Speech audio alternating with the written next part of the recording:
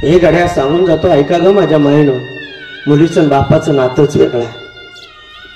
विचारा इथं बसलेल्या बापानं, ज्या दिवशी मुलगी तुमची नांदायला गेली त्या दिवशी मात्र तुम्ही पोरके झाला.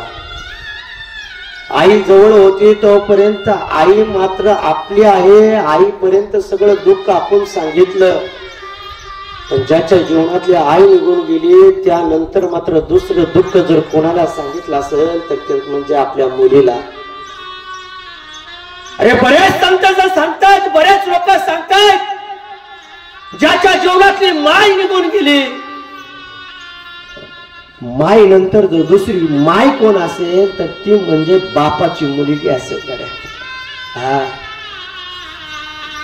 अरे बापाने जीवने, बापाने दिवसभर उपाशी राहावं, कानावर शब्द पडावा, आणि कानावर शब्द पडलेल्या त्या मुलीनं बापाकडे जावं, बापाला म्हणावं, ओ बाबा सकाळपासून जेवला नाही तुम्ही.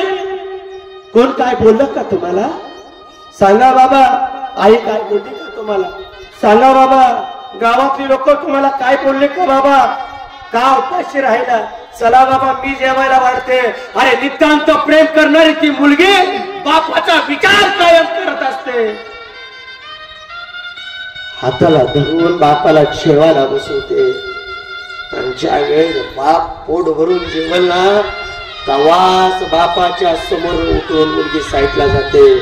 पोट भरूच तर जेवायला घालणारी आई नंतर दुसरी माई जर कोण असेल तर ती फक्त आपली मुलगी आहे. गड्या ज्याच्या जीवनातली मुलगी निघून गेली त्या बापाला विचारा, नांदायला गेलेली मुलगी. अजून डोळ्यात पाणी येते. आले बऱ्याच जणांच्या डोळ्यात पाणी तर ऐकूनच जाईल. तर बापानो, मुलगी नांदायला गेली ना, नांदायला मुलीला कळू द्या, आपला बाप आजारी पडलाय, प्रपंचाची राख रांगोळी करल, पण ज्या हाय या परिस्थितीमध्ये बापासाठी नांदायला गेलेली लेक मात्र माहेरातली. हे माय इथं बसलेले ऐकून जा. जोपर्यंत आई बाप जिवंत तुमचं तोपर्यंत तुमचं माहेर. बर काय?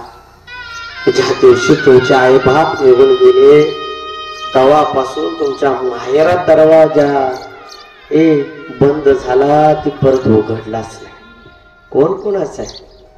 भाव आपला आहे, भाऊज आपले. कोण कोणाचा आई बाप सोडलं तर आपलं.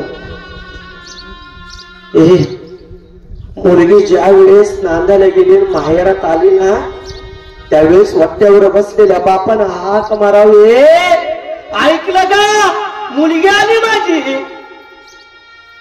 माझी मुलगी आली म्हणावी. आईनं पळत बाहेर यावं, टोपलं उघडावं, टोपल्यातली अर्धी भाकरी घ्यावी आणि मुलीची दृष्ट काढून